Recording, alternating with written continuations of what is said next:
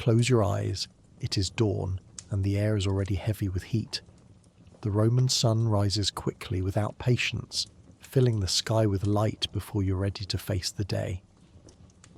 The camp is not quiet, not truly. Even in the stillness of the early morning there is sound, subtle but constant. The ropes of the tents creak as they shift in the faint breeze. Sandals scrape across gravel as men stir stretching sore muscles, fumbling for cloaks that smell of smoke and sweat. A fire crackles low, a thin smoke rising from last night's embers. Someone stirs a pot of porridge, barley thick and bland, meant not to delight, but to fuel the body for what lies ahead. The taste is the same every morning, familiar as the dust in your mouth. The barrack smell of oil lamps and leather, sharp and faintly bitter, the kind of scent that clings to woolen tunics until it becomes part of the fabric itself.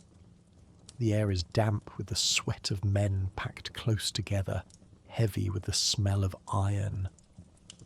A centurion's voice barks out suddenly, cutting across the low murmur of morning like a whip crack.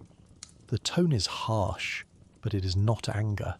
It is routine, the sound of discipline woven into the rhythm of every dawn. Imagine yourself here, not as a general, not as a senator, not as the kind of man whose name is carved into marble and remembered in books. Imagine yourself as a soldier, one among thousands. Your armour feels stiff, awkward, almost like a cage strapped against your body. The straps of your shield bite into your arm, and already your back aches from the miles of marching behind you. The day has not yet begun, and still your body protests. The ground beneath your feet is unforgiving, packed dirt and scattered stones, as though the earth itself is determined to test your endurance. The camp is alive, but in a way that is strangely subdued.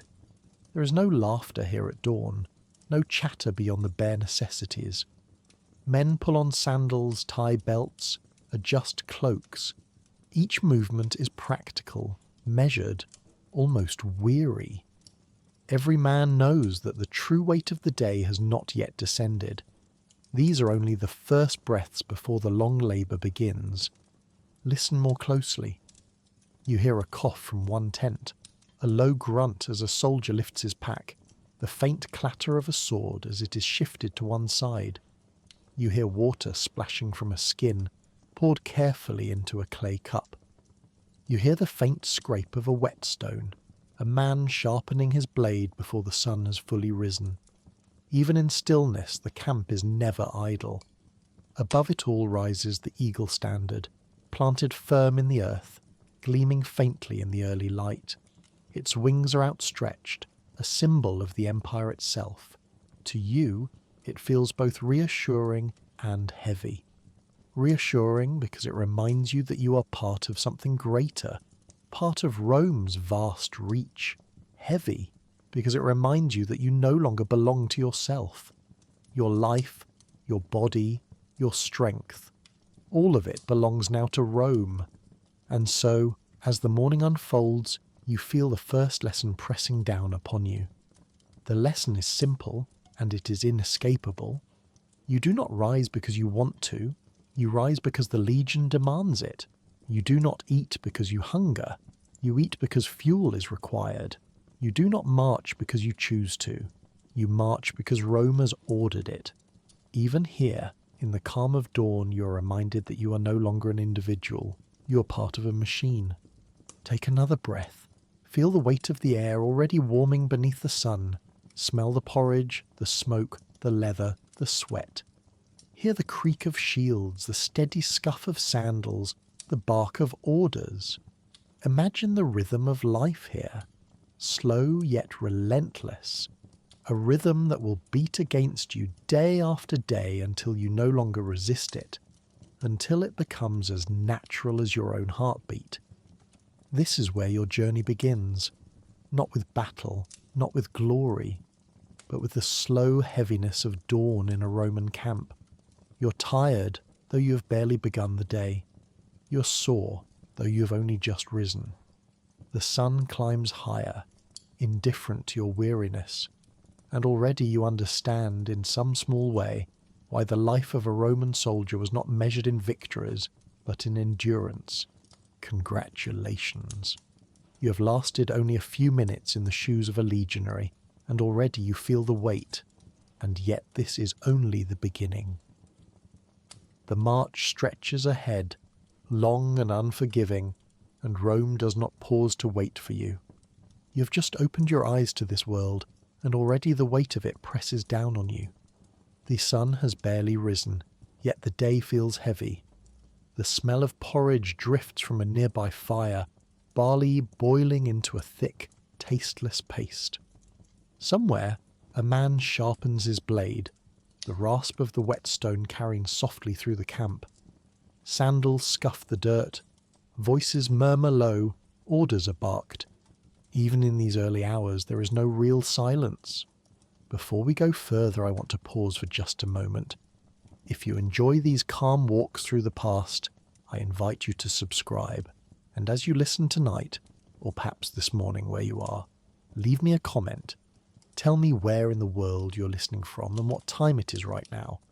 It's always fascinating to see how far these stories travel, how many distant places are joined together in this quiet moment of history. Now let the camp settle back into focus. The rows of tents are sharp and orderly, a grid stamped into the earth, as though even the ground must bow to Rome's discipline. The men move with a weary kind of precision, every action repeated so often that it has become instinct. They tie their belts, adjust their cloaks, strap on their sandals. Some stretch aching legs, others stare blankly at the dust, lost in thoughts of home. The eagle standard glimmers faintly in the growing light, its wings outstretched. To the empire it is a symbol of power and dominion. To you standing beneath it, it is both comfort and burden. Comfort, because it means you're not alone. Burden, because it reminds you that your life no longer belongs to you. It belongs to Rome, to the emperor, to the legion. Imagine yourself now among them. Feel the rough wool of your tunic against your skin, scratchy and damp from sweat that never fully dries. Feel the tightness of leather straps biting into your shoulders as you adjust your gear. Your back is already sore, though the march has not yet begun. Your legs are heavy, though you have only just risen. You take a sip of watered wine from a skin, the liquid sour and thin, but it clears the dryness in your throat. Around you, the sounds sharpen. A centurion's staff cracks against the ground as he inspects the line. A mule brays, restless beneath its load. A soldier laughs quietly at some private joke, only to silence himself when the officer's gaze passes near. It is not chaos, but it is not peace either. It is a living rhythm, a camp of men bound together by duty, discipline, and endurance. This is where the soldier's day begins, not in glory, not in triumph, but in the repetition of ritual. Wake, eat, prepare, obey. Already you sense it, the pattern of a life that will stretch on for years, unbroken. 20 years of service, 20 years of dawns like this one, 20 years of blisters, of marches, of commands. Take another breath. Let the scene settle into your imagination. See the dust, feel the straps, smell the porridge. The day stretches ahead like an endless road, and though you may believe you could endure it for one morning, perhaps even for 1 week, the truth is harsher. Endurance is not tested in a single moment.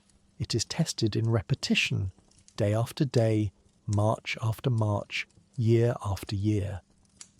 And so we stand here, at the very edge of that long road. The sun climbs, indifferent to your fatigue. The centurion's voice calls, steady and unyielding. The legion stirs fully awake, and soon the march will begin. The Roman army is remembered in numbers. Historians tell us of legions 30,000 strong, of victories carved across continents, of empires shaped by the clash of steel. But numbers can be misleading. For the soldier, life was not a grand story told in marble and stone. It was not a list of conquests or a chorus of triumph. It was a series of small discomforts, repeated endlessly until a man's body bent beneath them. Imagine this with me. You wake each morning to the same thin porridge, the same leather straps biting into your skin, the same barked orders pulling you from weariness into action. You march until your feet blister, until the soles of your sandals wear thin, until the very rhythm of step after step carves itself into your bones. You dig trenches until your hands blister, carry shields until your arm trembles, sharpen blades until your fingers ache. It is not the glory of battles that wears you down, but the repetition of ordinary demands. Rome's strength was not in sudden bursts of brilliance, it was in endurance, in the ability of its soldiers to keep moving forward when everything inside them cried to stop, in the willingness of ordinary men to submit themselves to years of routine, to discipline so tight it squeezed out individuality, to an order that stretched from the emperor's throne to the dust of the march. Over the course of this night we will follow the soldier's path. We will divide our journey into 3 great marches. First, we will linger in his daily life. We will watch him step forward at the recruiting post, a boy about to bind himself to 20 years of service. We will walk beside him through the grind of training, the aching marches, the endless chores of camp. We will taste his bread, watered wine and barley gruel, and feel the sore weight of the shield pressed into his arm. Then we will step into the legion itself. We will see how men moved in formations like living walls, how discipline was enforced with vine staffs and punishments, harsh enough to terrify even the strong. We will listen to the laughter around the campfires, the whispered songs, the quiet bonds that turned strangers into brothers. We will notice the contrast between the man at the bottom of the line and those who commanded him, the centurions, the tribunes, the legates, the emperor himself far above. Finally, we will step into the shadows of belief and memory. We will visit the small altars where soldiers prayed to Mars, to Jupiter, to Fortuna, begging for strength or luck. We will read the words they left behind in letters and graffiti, words of complaint, of longing, of boredom. We will look at the scraps of pottery, the worn shoes, the dice carved from bone, fragments that remind us that these were men of flesh and fatigue, not marble and myth. And in the end, we will reflect on how their lives, ordinary and forgotten, built the empire we still remember today. But do not expect a tale of glory. This is not the polished Rome of poets or the noble Rome of speeches. This is the dust, the sweat, the slow grind of endurance. This is the world of men who woke each day to the same burdens and bore them not for a week, not for a month, but for decades. And so, as we set out on this journey, remember this. You're not asked to imagine a single battle, a single heroic moment, a single day of triumph. You're asked to imagine repetition, the same food, the same march, the same commands, over and over until youth is gone, until the body bends, until the spirit itself grows weary. That was the true test of a Roman soldier. Take a moment now. Let your shoulders feel the press of invisible weight. Let your breath grow slow, as though you were preparing for another march. Look ahead into the dust, into the heat, into the endless road that stretches beyond sight. That is where we go next. Now, as the camp comes alive with orders, as sandals scrape into the dirt, as the porridge is swallowed in silence, we will step back. We will not yet march, not yet fight. First, we must understand how the soldier came to be here at all. The boy who signed his name, the oath that bound him, the family that wept or rejoiced as he stepped forward. Let us begin there, with recruitment, with enlistment, with the moment an ordinary life became the property of Rome. Now step with me away from the morning camp for a moment. Before the soldier wakes beneath his tent, before he sharpens his sword or marches beneath the eagle, there was a choice, a moment where an ordinary man or boy stood at the threshold of something far larger than himself. Imagine yourself as that young man. Perhaps you're a farmer's son in the Italian countryside, calluses on your hands from pulling grain from stubborn earth. The soil is dry, the harvest thin, and there are too many mouths to feed at home. Perhaps you're from a distant province, a place only newly brought beneath Rome's banners. Gaul, Hispania, Thrace. The officers speak of citizenship, of rights you will earn only if you serve. Or perhaps you're restless, driven not by need but by hunger for something else. Steady pay, adventure, the faint shimmer of glory whispered in taverns. Whatever your reason, you find yourself at the recruiting post. It is not a place of grandeur. No marble columns rise here. No senators deliver speeches. It is a dusty square, a few tents, an officer's table. Men gather in lines, waiting to be judged not as individuals but as material. Rome is always hungry for men, but not all will do. The officer who examines you does not ask for cleverness. He does not care for your stories. He looks for strength, for broad shoulders that can bear the scutum, the tall shield that weighs heavy even before battle begins, for legs that can march 15, 20 miles in a day, burdened with a pack that bites into the skin, for a chest that can fill with breath after hours of strain. His gaze is practical, cold, detached, as though he were choosing stones to build a wall. If you pass, your name is scratched onto a wax tablet. It takes only a moment, a stylus pressed into soft wax, yet that mark severs you from the life you knew. Behind you, the fields fade, the narrow streets of your childhood blur, the market stalls with their clamour and scents grow distant. Ahead of you lies 20 years of service. 20 years, if you survive. Few men truly understand how long 20 years can be until they are counted out in sweat and miles. There is an oath called the sacramentum. You stand with your right hand raised, palm open, and you swear loyalty. Not to Rome as a shining ideal, not to the Senate and people whose initials are carved into stone, but to the emperor himself. His word is law. His will is command. From this moment your life belongs to him. The oath is brief, but it carries the weight of iron. To obey, to endure, to never abandon your comrades, never desert in battle, never falter when Rome demands more than you think you can give. The words are simple. The meaning is heavy. Chains would feel no tighter. Around you, families react in different ways.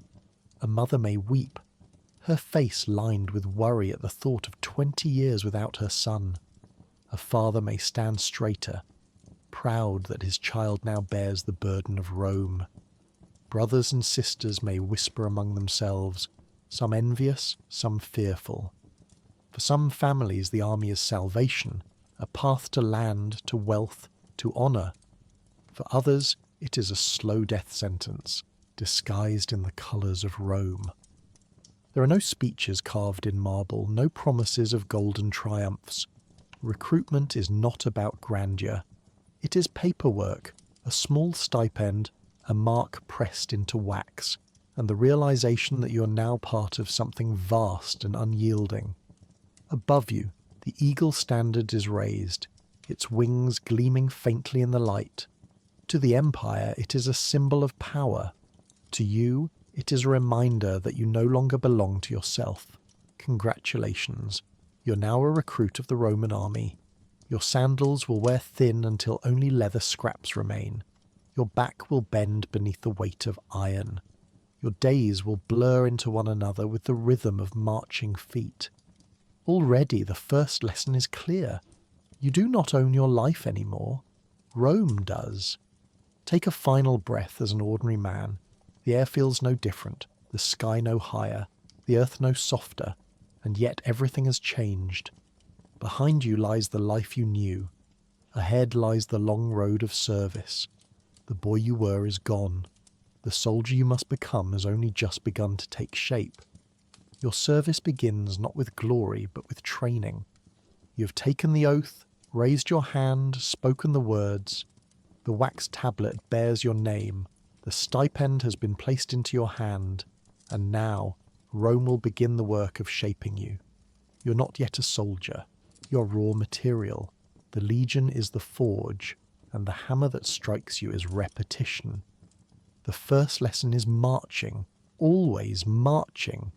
You walk until your legs tremble, until the soles of your sandals rub blisters into your skin, until the muscles in your back cry out in protest. 15 miles, 20 miles, sometimes more. The sun burns overhead, relentless. Dust rises from the road, coating your throat until each breath feels thick. Your pack digs into your shoulders, the leather straps cutting into your skin. Inside it, you carry half your body's weight, a shield, armour, weapons, tools, food, and the wooden stakes used to build the nightly camp. Step after step, mile after mile, you begin to understand why they call soldiers Marius's mules. The joke is bitter, spoken with weary smiles, for the loads are suited more for animals than men, yet still you walk. If your pace slows, a vine staff cracks against your back. If your line falters, the centurion's voice cuts through the air, sharp and unforgiving. Rome's army does not wait for the weak. At first your body rebels. Your calves knot with cramps, your shoulders ache, your feet blister and bleed. And yet each day you rise again. Each day you lift the pack, grip the shield, and take your place in line. The pain does not fade, but it becomes familiar. What once seemed impossible becomes routine. Rome is grinding away the boy you were, leaving behind something harder, something more enduring. When the march ends, weapons training begins. You expect to be handed a sword, a gleaming blade that will make you feel like the heroes of legend. Instead, you're given a wooden stick. It is heavy, awkward, twice the weight of the real gladius. You swing it again and again until your arms burn, until your shoulders throb, until your breath comes in gasps. You thrust into straw posts, not slashing, never hacking. The Roman way of fighting is not wild or flashy. It is precise, efficient, merciless. The gladius is short, designed for thrusts that pierce quickly, cleanly, repeatedly. And so you stab, over and over, until your muscles act without thought. Next comes the shield, the scutum. Taller than your torso, curved to cover your body, its weight drags at your arm until it trembles.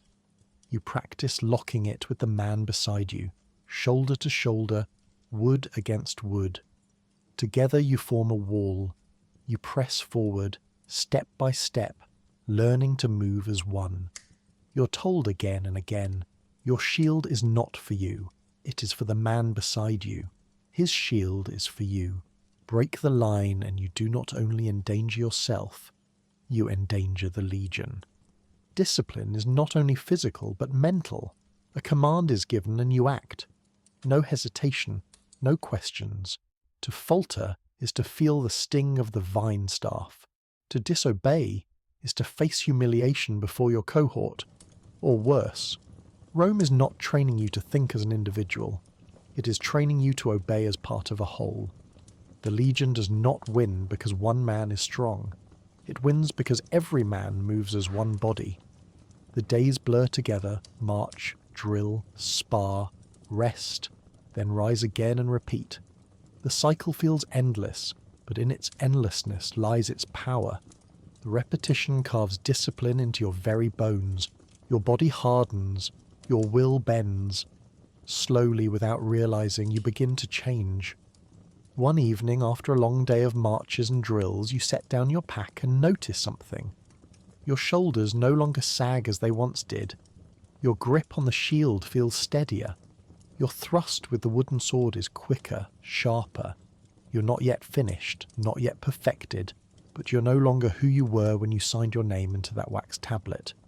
Rome is shaping you, not into a hero, not into a marble figure to be remembered, but into a tool, a soldier, a piece of the great machine that will march across continents. By the time training ends, you're no longer a farmer's son, nor a shopkeeper's apprentice, nor a restless wanderer. You are something else entirely, a Roman legionary, forged in dust, sweat and repetition, moulded to endure whatever Rome demands next. Training does not end when you first master the march, nor when your arms grow accustomed to the weight of the wooden sword. Each day brings more layers, more lessons, until your body and mind are woven into the rhythm Rome demands. The weapon is simple, but it defines you. The gladius, short, double-edged, meant not for slashing like the long swords of barbarians, but for stabbing. To the untrained eye, it seems unimpressive, almost plain, but in the legion's hands it is terrifying. The instructors remind you again and again, a slash may wound, but a thrust kills, and so you thrust, day after day, hour after hour, until the motion becomes instinct. Forward, precise, efficient. The straw posts absorb thousands of stabs, each one dulling your hands, each one strengthening your will. Beside the sword there is the pila, the heavy javelin. At first it feels clumsy, unbalanced, its iron neck designed to bend on impact so that enemies cannot throw it back. You hurl it again and again into targets, the weight dragging at your arm, the impact sending jolts through your shoulder. The instructors bark at you when your aim strays, when your throw is weak, when your stance falters. Precision matters. One volley of pila cast in unison can shatter an enemy line before blades ever meet. And so you practice until your arm feels as though it may fall from its socket. Then comes the shield, the scutum. It is taller than you expect, wide and curved, its weight pressing heavily into your arm. It feels less like a tool and more like a burden. Yet soon you learn its true purpose. Alone, the shield is a defence. Together, aligned with the shields of your comrades, it becomes a wall. You lock it tight to the next, the edges overlapping, forming a barrier that feels unbreakable. Drill after drill you practice the formations, the testudo or tortoise, where shields rise overhead and on every side, enclosing you in wood and iron. Arrows rattle down upon it like hail on a roof, but inside you feel strangely safe, pressed close to your comrades, protected by the discipline that binds you together. The wedge, driving into enemy ranks like the point of a spear. The triple line, where the weary fall back and the fresh surge forward, so that the legion never weakens. These are not merely tactics, they are habits carved into your muscles. Every movement is ordered, timed, repeated. To step too soon, to raise your shield too late, to hurl your pila out of rhythm. These are not small mistakes. In battle, they mean death, not only for you, but for the men beside you. The instructors remind you of this constantly. The legion survives not because one man is skilled, but because every man is predictable. And so, you learn to move as though you were not a man at all, but a limb of something larger. Your individuality fades, your pride softens. You do not fight for yourself. You fight as one part of the wall. The lessons do not end with weapons and shields. You practice digging trenches, building fortifications, raising camps in neat grids, as though Rome insists on stamping its order into every patch of soil. You learn how to carry timber, how to saw wood, how to build bridges. The army is as much engineer as soldier, its strength not only in battle but in the way it reshapes the land to its will. Each evening you collapse onto the ground, your body aching from the weight of armour, the drills of sword and shield, the strain of endless work. Yet even in exhaustion there is no reprieve. The centurion inspects the line, a belt left untied, a shield unpolished, a strap carelessly knotted. These are met with the crack of the vine staff. discipline does not sleep. And slowly you begin to feel it. The training that once seemed unbearable grows familiar. Your arm no longer trembles beneath the shield. The wooden sword, once impossibly heavy, now feels manageable. The thrusts you deliver into straw posts strike true. You march with less thought, more rhythm. You're becoming what Rome demands. Not an individual, but a soldier, one stone in the great wall of empire. You do not realize it yet, but already the boy you once were is gone. The fields, the streets, the life before the oath, they fade with every drill, every march, every hour spent pressing forward in line. Rome has taken you, stripped you down, and rebuilt you in its image. After the marches, after the drills, after the sting of the vine staff, there is still life to be lived in camp. It is not the life of comfort, nor the life of leisure, but it is life all the same. Food comes first, as it always must. It is simple, sometimes brutally so. Barley gruel in the mornings, thick and tasteless, scooped into wooden bowls. Bread is the constant companion, baked in camp ovens or carried from the last settlement.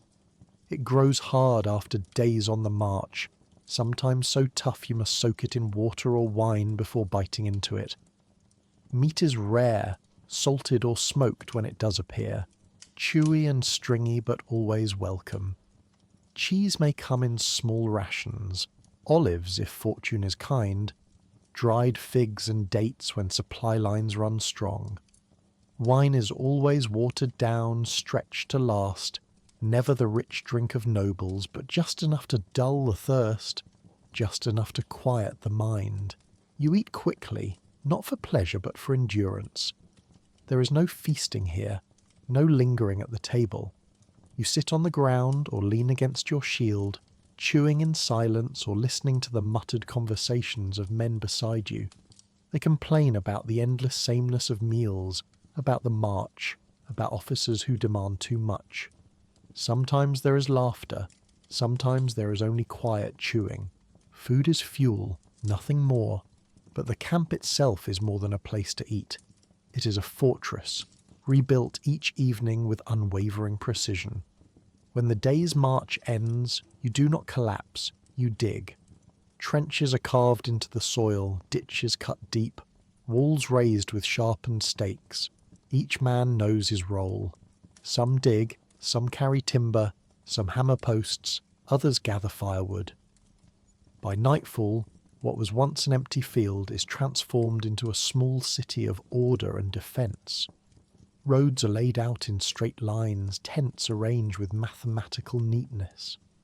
Rome does not sleep in chaos. It stamps its order onto the earth wherever it rests. Inside the tent there is no privacy. 10 men share the same space, the same air, the same ground. You sleep on earth that is cold in winter, hot in summer, hard in every season. The smell of sweat and leather hangs heavy, mixing with the faint sourness of damp wool. At night you hear everything. The rasp of breathing, the cough of sickness, the snores of exhaustion, the muttered dreams of men haunted by memory. Armour rests nearby, shields stacked, weapons close to hand. A soldier is never allowed the illusion of peace. And then there are the chores. There is always something to do. Grain must be ground with hand mills, turned endlessly until flour is made. Sandals must be repaired, their soles patched with scraps of leather after too many miles. Weapons must be oiled to resist rust, armour scrubbed until iron gleams in the firelight.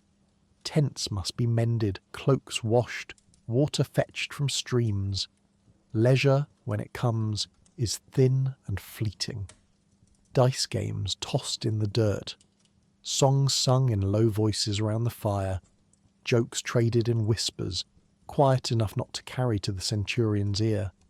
Some men carve wood, some sharpen tools, some simply stare into the flames until sleep pulls them down. Yet even in these quiet moments, discipline does not fade. The centurion walks the rows, his eyes sharp, his vine staff ready.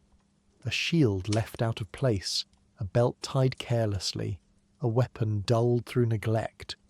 These are not minor oversights. They are punished swiftly, often publicly, as a reminder that the Legion allows no cracks in its order. Day after day the rhythm repeats. Wake, eat, march, dig, drill, sleep. There is little variety, little change, and yet in this monotony there is a strange kind of stability. Every man knows his place. Every man knows what is expected of him. The days may blur, but in their sameness lies a kind of comfort. When the world beyond the camp is uncertain, when the enemy may rise suddenly from the forests or the deserts, within the camp there is order. And so the soldier endures, not because life is sweet, not because meals are rich or beds are soft, but because routine itself becomes a shield.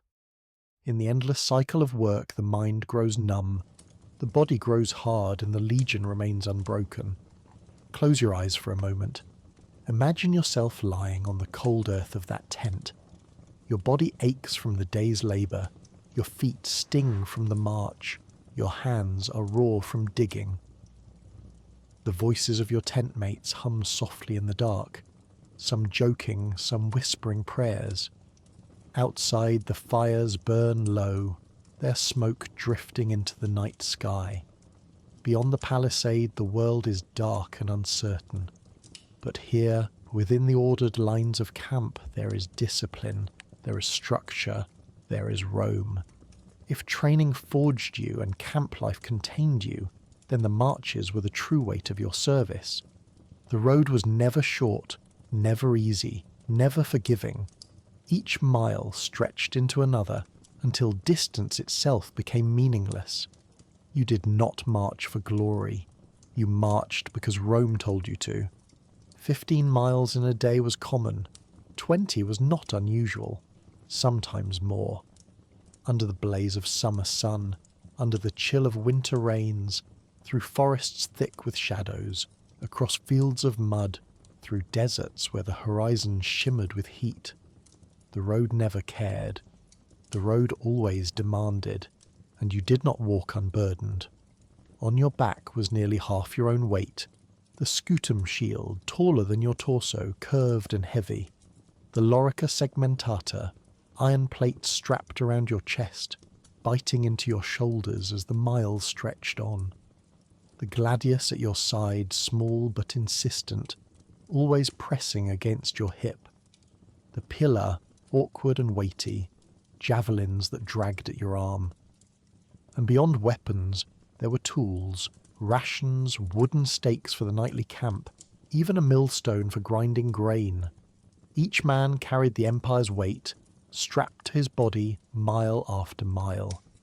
The sandals on your feet, caligae, hobnailed and sturdy, bit into your skin until blisters rose, broke and hardened into callus. The soles wore thin, the straps rubbed raw, but you kept walking. The centurion's vine staff was never far behind.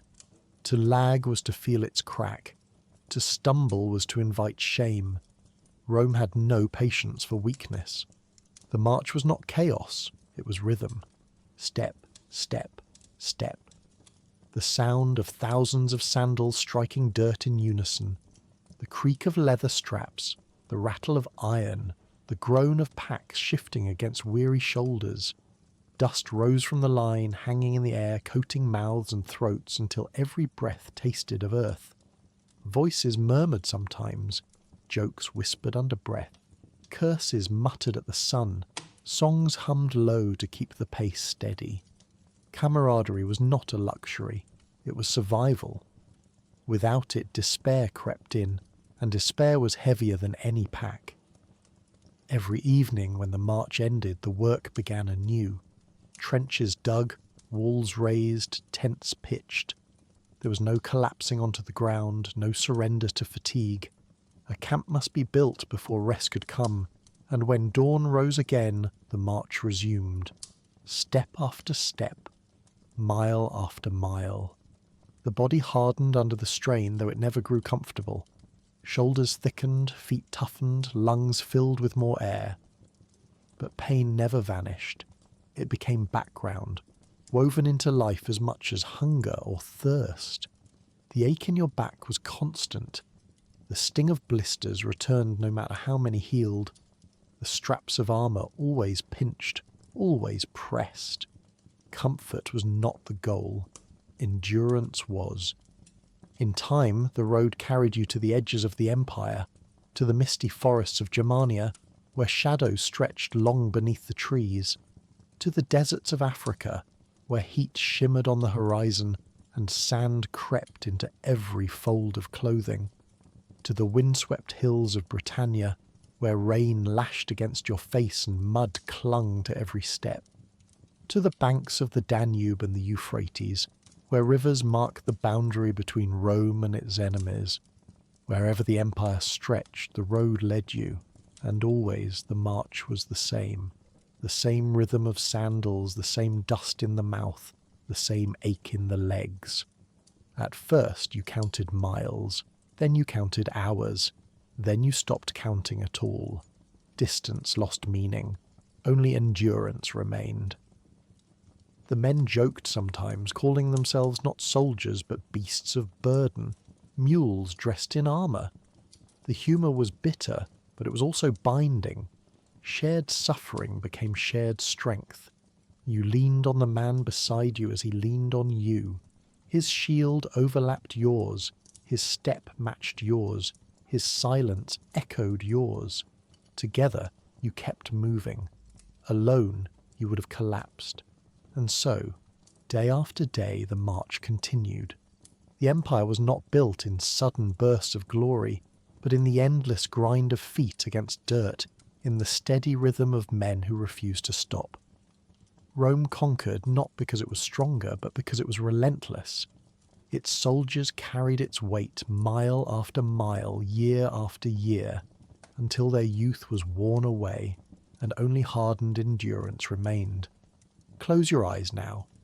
Imagine the road stretching ahead, straight and endless, disappearing into heat or mist. Feel the pack biting into your shoulders, the straps rubbing your skin raw. Hear the steady beat of sandals, the creak of leather, the bark of orders.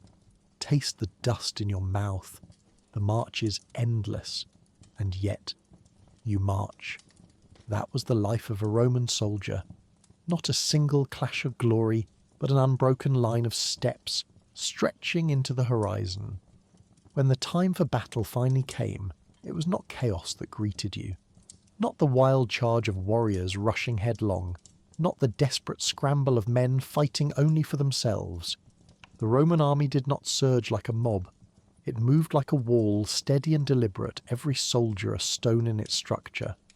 You stood shoulder to shoulder with your comrades, your scutum pressed against your arm, its curved face overlapping with the shields beside you. Together you formed not a line of men, but a single barrier of wood and iron. Behind it the gladius rested in its sheath. The pila stood ready at your feet. The centurion's voice cut through the air, short, sharp, commanding.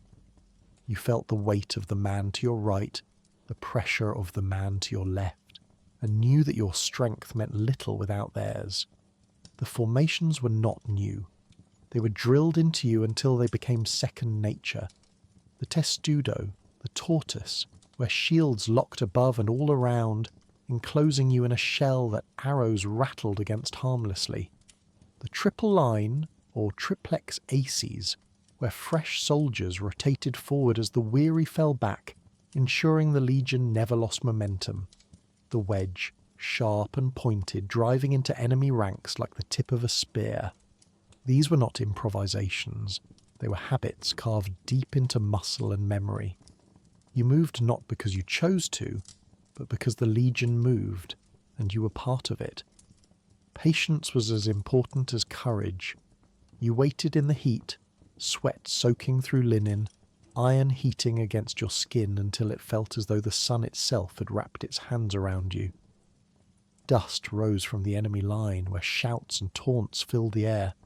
They screamed, They beat their weapons against their shields. They tried to rattle you. But you stood silent. The discipline drilled into you stronger than any urge to answer. At last, the order came. The pila were raised, drawn back, and cast forward in unison. A storm of iron rained down, splintering shields, bending shafts, breaking ranks. Before the noise had even faded, the command to advance followed. Step by step the legion moved, shields pressed forward, swords drawn, the ground trembling with the rhythm of thousands moving as one. The first clash was not heroic. It was suffocating. The slam of shield against shield, the shove of bodies pressing forward, the world narrowed to inches, the thrust of a gladius slipping beneath an enemy's guard, the battering of a scutum driving him back, the scream of a man wounded close enough that you could feel the spray of his breath. You did not fight with sweeping strikes or dramatic gestures. You thrust, short, sharp, efficient. Over and over the same motion drilled into you on straw posts now repeated in flesh and blood. And yet, for all the violence, there was order. When your arm tired, the man behind you moved forward. When your line pressed too far, the centurion's voice pulled it back. Trumpets blared commands. Standards shifted. Orders passed down the line like a current. The legion did not break, because it was not built on individual strength. It was built on discipline. You could feel it in the rhythm of battle, the steady beat of shields locking together, the sharp bark of orders carrying above the chaos, the way the line held, even when pressed by desperation, even when men fell. The legion was a wall that didn't crumble, a machine that did not stop. Your thoughts did not wander to glory. They narrowed to survival, to rhythm. Step, thrust, shield. Step, thrust, shield. The man to your right guarded you. You guarded the man to your left. Together you advanced. Together you endured. And this was what Rome's enemies feared most. Not the sharpness of the sword, not the height of the shield, not even the weight of iron armour. They feared the wall, the feeling that no matter how hard they struck, no matter how fiercely they fought, the legion would keep coming. Step after step, inch after inch, as steady and unyielding as the march of time itself. Close your eyes now. Imagine standing in that line, shield pressed into your arm, sweat stinging your eyes, dust clogging your throat. Hear the clang of iron, the crack of wood, the bark of orders. Feel the press of men around you, their weight against yours, their breath mixing with your own. You're not alone. You're not an individual. You're one part of the wall, and the wall does not fall. If the formations were the body of the legion, then discipline was its soul. Without it, Rome's armies would have been nothing more than armed men. With it, they became a machine that outlasted kings, tribes, and empires. Discipline touched every corner of a soldier's life. Orders were not suggestions, they were law. Spoken by a centurion, they carried the same weight as the emperor's command. To hesitate was to risk punishment. To disobey was to invite ruin. Even the smallest neglect, a shield left unpolished, a strap tied carelessly, a sword dulled with rust, was met with correction. The vine staff in the centurion's hand was never idle. It cracked across shoulders and backs, a sharp reminder that Rome's strength began with detail. Punishments came swiftly, but always with purpose. A man who fell asleep on watch might be flogged before the entire cohort, not only to suffer, but to remind others that weakness endangered all. A thief was beaten, for theft broke trust within the tent. Cowardice was punished harshly, sometimes with death, for one man's fear could unravel the courage of hundreds, and in the most terrible of measures there was decimation. If a unit disgraced itself, it was divided into groups of 10. Lots were drawn, and one man in each group was executed by the other 9. The horror was not only in the loss of life, but in forcing comrades to kill their own, a brutal lesson that Rome valued the legion more than any individual. Yet discipline was not only built on fear, it was also built on structure. Each man knew where to stand, where to march, when to eat, when to sleep. The rhythm of the legion was relentless, but it offered certainty. In a world where hunger, disease, and sudden violence were constant threats, the army gave order. The soldier might grumble beneath the weight of his pack, curse the endless marches, dread the sting of the vine staff, but he also knew that tomorrow would be the same. The predictability was a kind of armour protecting the mind from despair. The centurion embodied this balance of fear and order. He was not a distant commander, glimpsed only at ceremonies. He walked among his men, barked commands, corrected mistakes, struck with his staff when needed. His armour bore decorations, his helmet carried a crest so that he could be seen in the chaos of battle. He led from the front, exposed to the same dangers as those beneath him. To be punished by him was humiliating. To be praised by him was rare and treasured. His word carried weight. His presence steadied the line. And above the centurion were layers of authority, each with its own role in maintaining order. Tribunes, often young men of noble birth, commanded with authority, though many were more familiar with politics than with soldiering. Legates chosen by the Senate or Emperor directed entire legions. To the ordinary soldier, these men felt distant, figures glimpsed from horseback, their voices carried through trumpets and standards, but their authority still pressed down, shaping every hour of the soldier's life. The emperor himself stood above all, distant and unseen, yet present in every oath sworn, every order obeyed. His image gleamed on coins, his name carried on the lips of soldiers before battle. A man in the line might never see his face, yet still felt the weight of his command. Discipline made the legion terrifying to its enemies, but it also made it bearable for those inside. It taught men to keep walking when their feet blistered, to keep fighting when their arms trembled, to hold the line when instinct screamed to run. It broke individuality, but in breaking it bound the pieces into something greater. And so, the soldier lived within a chain of command that reached from the emperor's throne down to the bark of the centurion. Every link was unyielding, every command was binding, and though it weighed heavily on the shoulders of ordinary men, it was this iron discipline that allowed Rome's armies to stand when others broke. Close your eyes. Imagine the sting of the vine staff across your shoulders, sharp and sudden. Imagine the shame of standing before your cohort, punished for a mistake that seemed small but mattered deeply to the legion. Imagine the relief of following an order without thought, knowing that obedience itself kept you alive. Discipline was not gentle.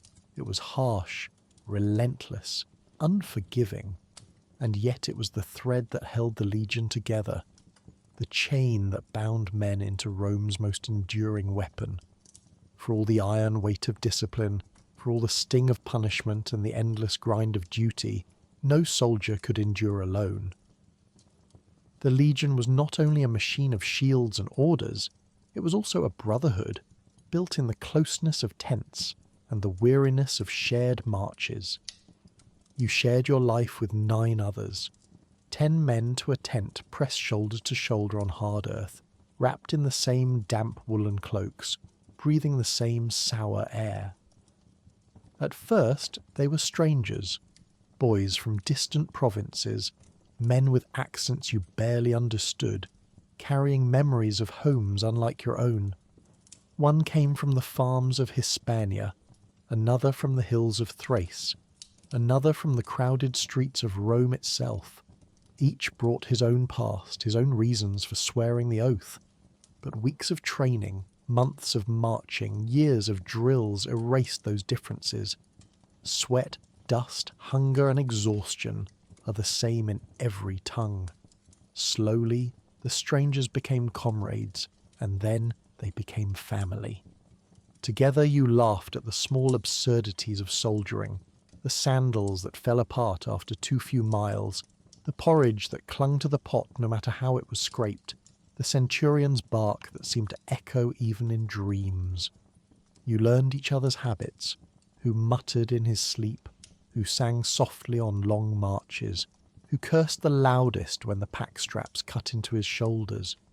You learned each other's strengths, and more importantly, each other's weaknesses. And in that knowledge was survival. For in battle, you did not fight for Rome alone. You fought for the man beside you. His shield guarded your side. Your shield guarded his. His thrust covered your gap. Your thrust covered his. To falter was to endanger not only yourself, but him. And so the bonds grew strong, unspoken but unbreakable. Loyalty ran deeper than the oath to the emperor, deeper even than the eagle standard. It was the bond of men who had carried the same pack, dug the same trenches, bled in the same dust. Camaraderie was built not only in battles but in small moments. A loaf of bread broken and shared after a long march. A sip of wine passed quietly from one skin to another. Dice tossed into the dirt. Fortunes rising and falling in laughter and curses. A letter received from home, read aloud so that even the illiterate shared in its comfort. A song hummed together under the stars, a tune low and steady, carrying weariness away for a brief while. These were the treasures of a soldier's life, small and fleeting, but powerful enough to keep despair at bay. And when loss came, as it always did, the bond grew heavier still. When a tentmate fell in battle, his absence was not abstract. It was the empty space beside you at night, the silence where his laugh once rang, the chores that now fell to others' hands. Rome might see soldiers as numbers, as nameless tools in its machine. But among the men themselves, every loss was personal. Every gap in the line was felt. It was this closeness that made the legion endure. Discipline could force a man to march, fear could hold him in line, but only brotherhood made him willing to fight beyond exhaustion. Only brotherhood turned duty into loyalty, repetition into belonging. A soldier endured for Rome in name, but in truth, he endured for the men who marched beside him. Close your eyes and imagine it. You're sitting at a campfire, the flames low, your tent mates gathered close. One hums a tune, another tosses dice, another repairs the strap of a sandal. The smell of smoke clings to cloaks. The crackle of fire blends with the low murmur of voices. For a moment, the weight of Rome's demands fades. For a moment, you're not part of a machine, not a nameless legionary. You're simply one among brothers, bound not by choice but by endurance, and by that endurance bound forever. In the legion, not all men were equal. Though each soldier swore the same oath, carried the same pack, and marched the same miles, the burden and the privilege were not shared evenly. Rank shaped everything: where you slept, what you ate, how you lived, and how you were remembered. At the bottom stood the ordinary legionary. His pay was modest, often cut down by deductions for food, equipment, and clothing. His meals were barley gruel, hard bread, the occasional scrap of meat. His bed was the cold earth beneath a crowded tent. 10 men pressed together with no privacy, no comfort.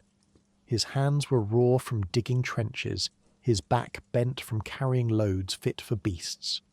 For him, service meant endurance, 20 years of grinding labour, with the faint promise of land or pension at the end, if he survived long enough to claim it. Above him stood the centurion, the backbone of Roman command. He was not noble by birth, but hardened by years, perhaps decades of service.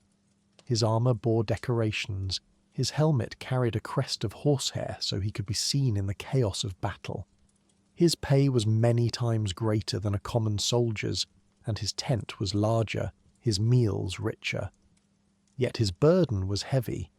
He was both feared and respected, his vine staff striking discipline into the line, his voice commanding obedience. In battle, he led from the front, his life exposed as much as the men he ordered. To serve under a harsh centurion was misery. To serve under a fair one was fortune. But either way, his presence was inescapable. Above the centurions were the tribunes.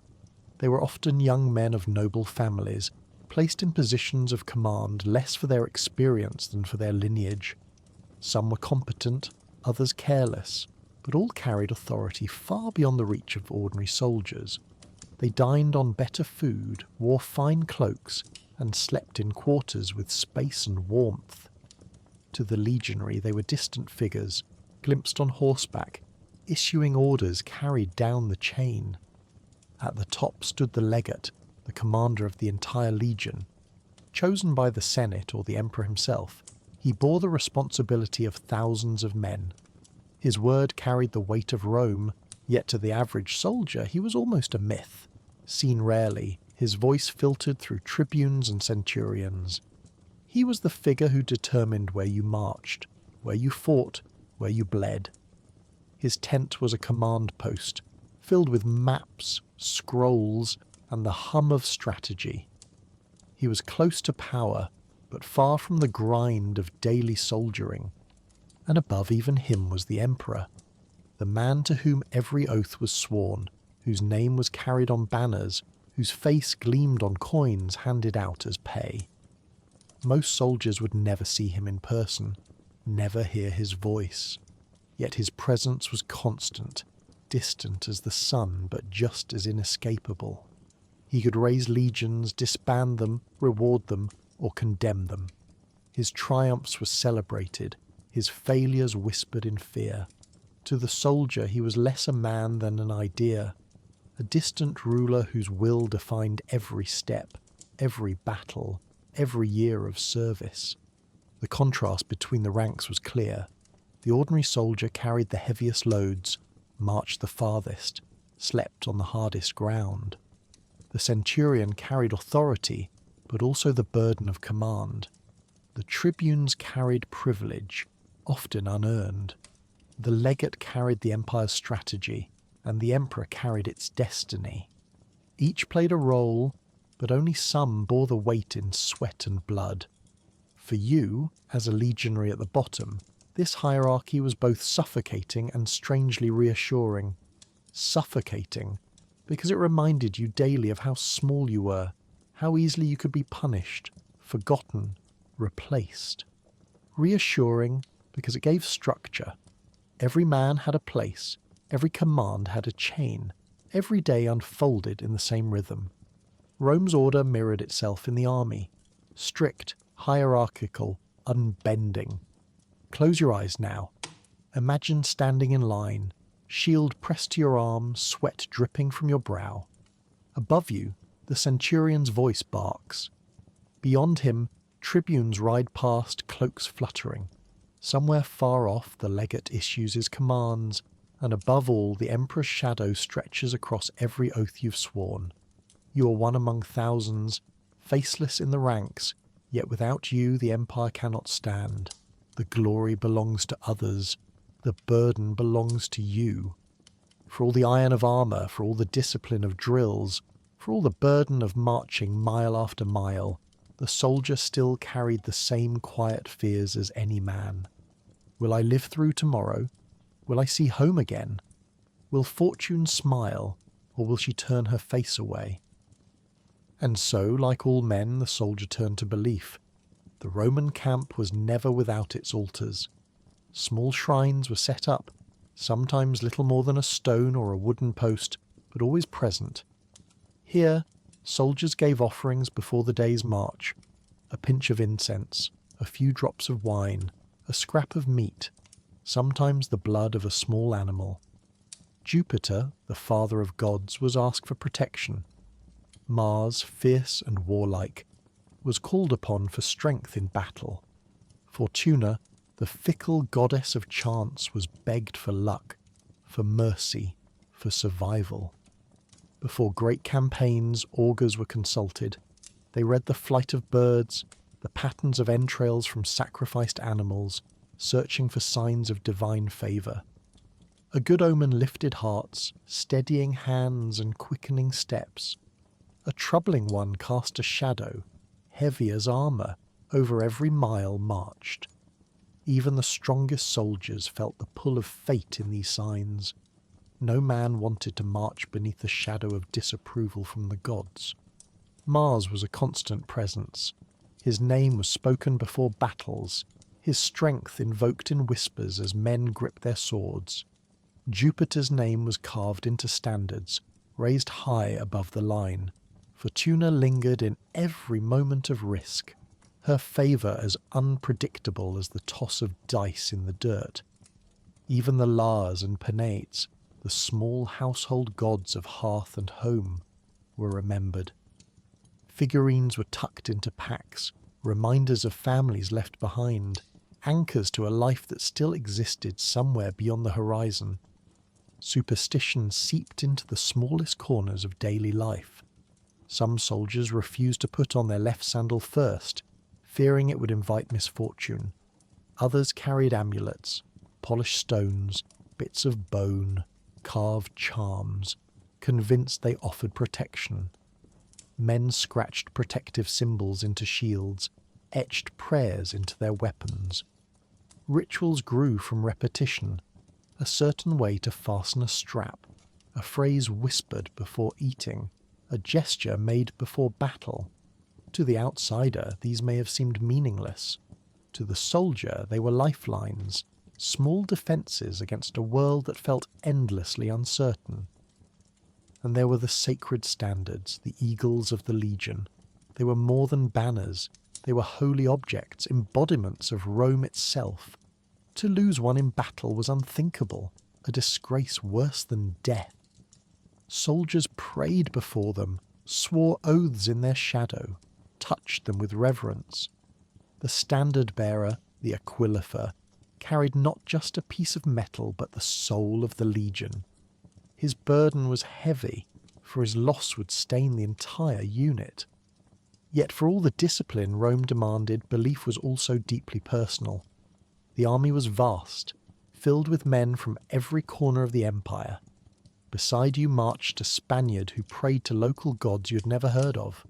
Behind you walked a Syrian who whispered to Mithras. A German muttered to spirits of rivers and forests. Rome allowed many gods, and in the camp faith became a tapestry of cultures woven together by necessity. In the end, it mattered less which god you prayed to, and more that you prayed at all.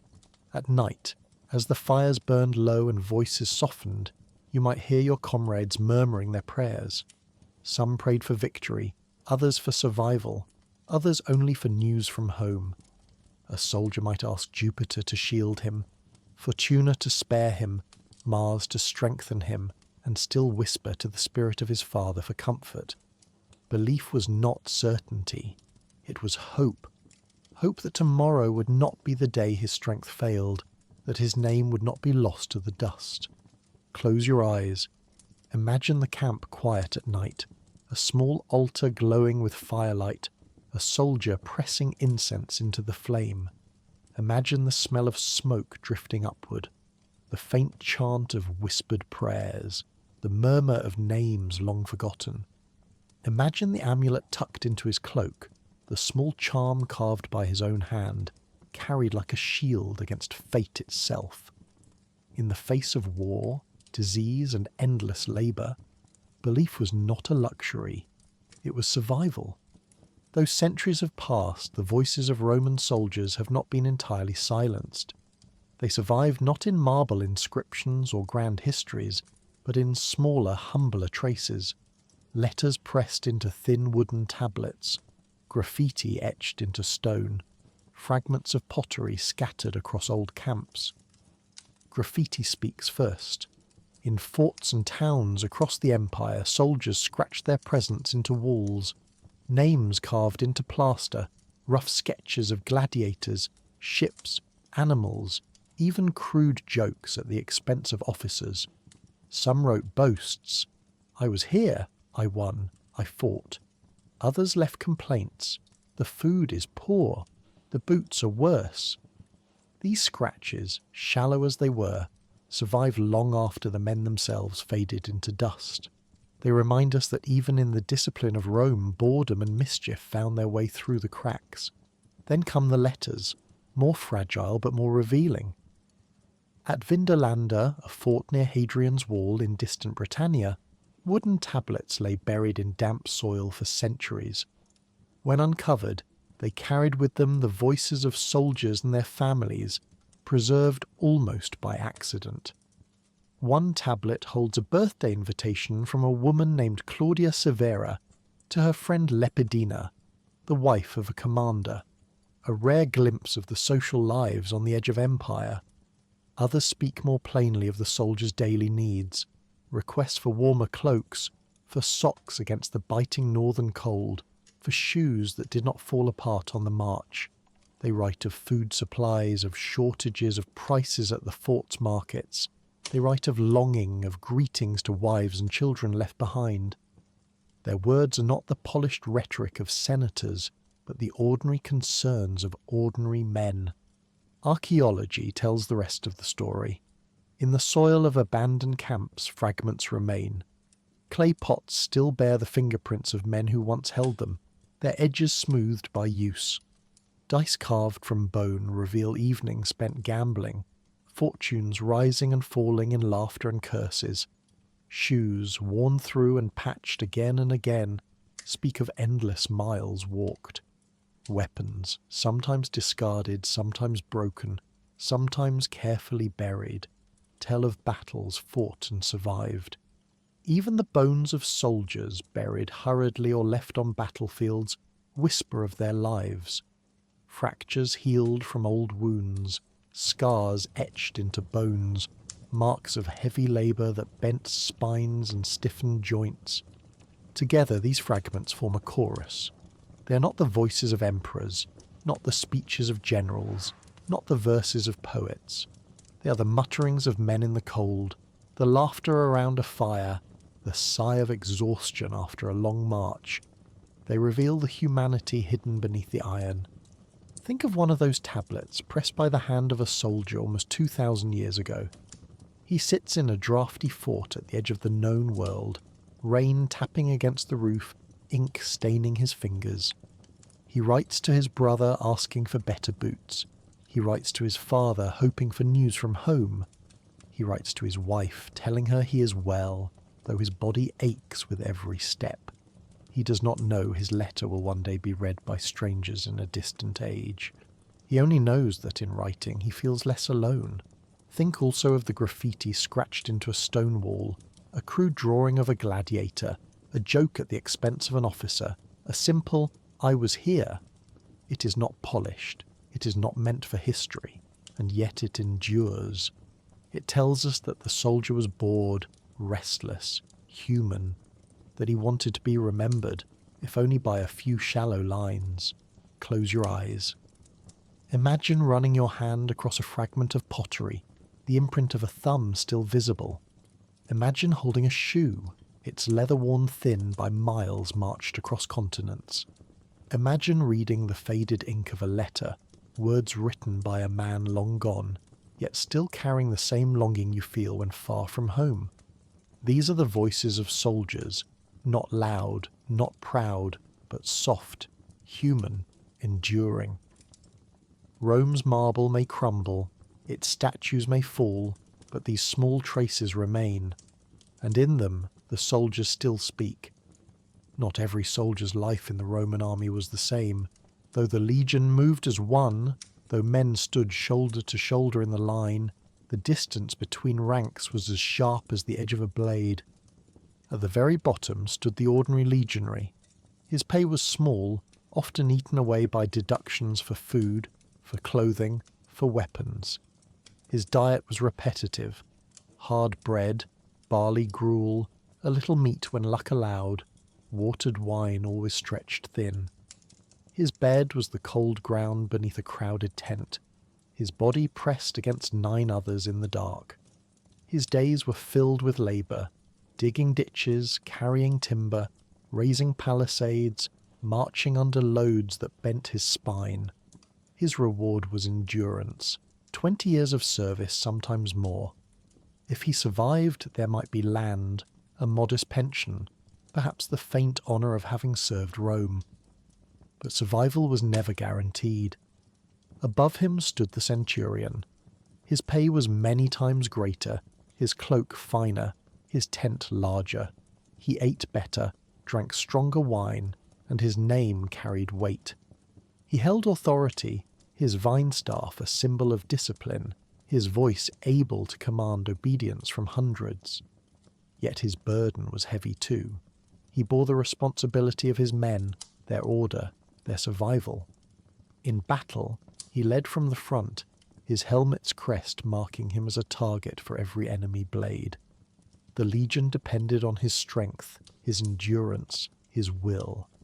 To be a centurion was to live in both privilege and danger. Higher still were the tribunes. Young men of noble birth, their path through the army was often a stepping stone to politics, a way to polish their names for future offices in Rome. They rode horses, gave orders, dined on richer food, and enjoyed comforts unknown to the common soldier. Some were capable leaders, learning quickly the realities of command. Others were careless, shielded by family ties. To the legionary, they seemed distant, almost another species, men who wore the same uniform but lived a different life altogether. Above them stood the legate, the commander of the entire legion. Chosen by the emperor or senate, he carried the weight of thousands of lives. His tent was not a tent at all, but a headquarters, filled with maps and scrolls, surrounded by aides and guards. He dined on meals closer to those of senators than soldiers, and his orders shaped campaigns that stretched across continents. To the ordinary man in the ranks, he was a shadowy figure, glimpsed rarely, but whose decisions sent him marching across the empire. And higher than all stood the emperor, the man whose name was carried into battle, whose image gleamed on coins, whose will shaped the world. To the common soldier, he was not flesh and blood. He was an idea, a distant presence who lived in marble halls, far removed from the dust and sweat of camp life. His victories were celebrated with parades. His failures could mean disaster for legions on the frontier, but the ordinary soldier would almost never see him. To swear loyalty to the emperor was to swear loyalty to a shadow. The contrast between ranks was not lost on the men who marched. They saw the fine cloaks of the tribunes, the larger tents of the centurions, the richer food carried to the officers' tables. They knew that while they trudged through mud with loads that bent their backs, others rode above the line on horseback. They knew that while their sandals wore thin, others had boots that lasted longer, cloaks that kept them warmer. They knew that when names were recorded in histories, it would be the tribunes and legates remembered, not the ordinary men who built the roads, dug the ditches and bled into the soil. And yet, the machine functioned. The legion needed each layer, the emperor for command, the legate for strategy, the tribunes for authority, the centurions for discipline, the legionaries for endurance. Remove one, and the structure weakened. Remove the base, and the entire pyramid collapsed. For the common soldier, the truth was sharp. Glory belonged to others, burden belonged to him. He would not have statues carved in his image, nor speeches written in his honour. His name would not echo through time, but without his labour, without his endurance, Rome itself could not stand. Close your eyes. Imagine yourself back in the line, shield pressing into your arm, sweat dripping down your back. Above you, a centurion's voice commands. Beyond him, a tribune rides past, his cloak bright against the dust. Somewhere in the distance, the legate studies maps by lamplight, and above all, the emperor's name carries weight across the world. You are one among thousands, faceless in the line. The empire will not remember you. Yet it is you who builds it, you who carries it, you who keeps it alive. And so the day of a Roman soldier comes to its close. The sun sinks below the horizon, painting the sky in fading gold before shadows settle over the camp. Fires spark to life, their smoke curling upward into the cool night air. Around them, soldiers huddle close, eating their bread, sipping watered wine, voices lower now after the endless rhythm of marching and labour. The clang of armour fades, the laughter quiets, and slowly the camp grows still. Inside the tent you lie pressed shoulder to shoulder with your comrades. The earth beneath you is hard, unyielding. The air is thick with the smell of sweat, leather and dust. Your sandals rest near your head, worn thin from the miles of the day. Your shield leans against the tent pole, ready to be lifted again at dawn. Every muscle aches. Your feet sting, your back throbs, even your breath feels heavy in your chest. The day has not broken you, but it has carved its weight into your body. It is easy to imagine that you might endure this for a day, perhaps even for a week. But the weeks stretch into months, and the months into years. 20 years of service, 2 decades of waking to the same porridge, the same barked orders, the same endless miles beneath the sun. 2 decades of digging, of building, of fighting, of obeying.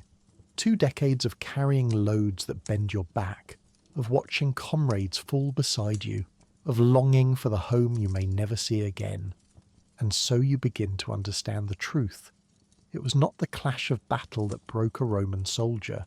It was the grind of ordinary days, repeated without mercy, until youth was spent and only weariness remained. The empire was built not on single acts of glory, but on repetition.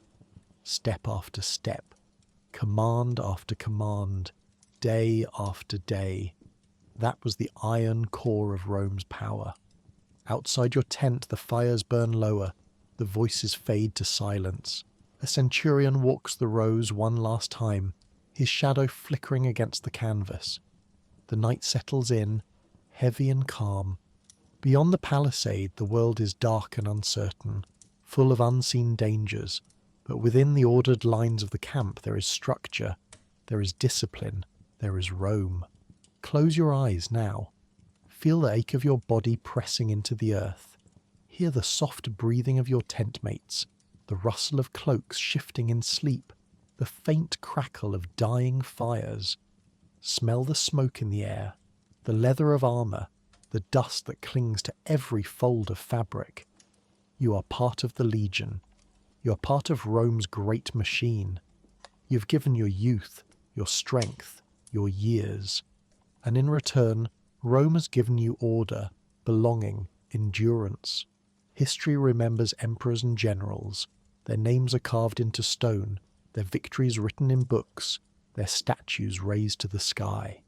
But the empire was not carried on their shoulders. It was carried on yours, on the backs of ordinary soldiers forgotten by name, who dug the ditches, built the roads, marched the miles, and held the line. Without you, Rome would crumble. With you, it endured for centuries. As the firelight fades, let that thought linger. You're not a figure carved in marble. You're not a name remembered in triumphal speeches. You're one among thousands, faceless in the line, enduring the weight of empire. And yet it is through you, through your sweat, your blisters, your endless step, that Rome became eternal. Tonight, their story has been yours. You've walked with them, eaten their bread, marched their miles, carried their burden. You have felt their fatigue, their discipline, their small comforts and heavy losses. And perhaps now you see why so few would last a day in their place, not because of one battle or one punishment or one march, but because of all of them, layered endlessly. Wearing a man down like water wears stone. So let the past grow quiet. Let the fires in the camp burn to embers. Let the voices of the soldiers fade into the rhythm of sleep.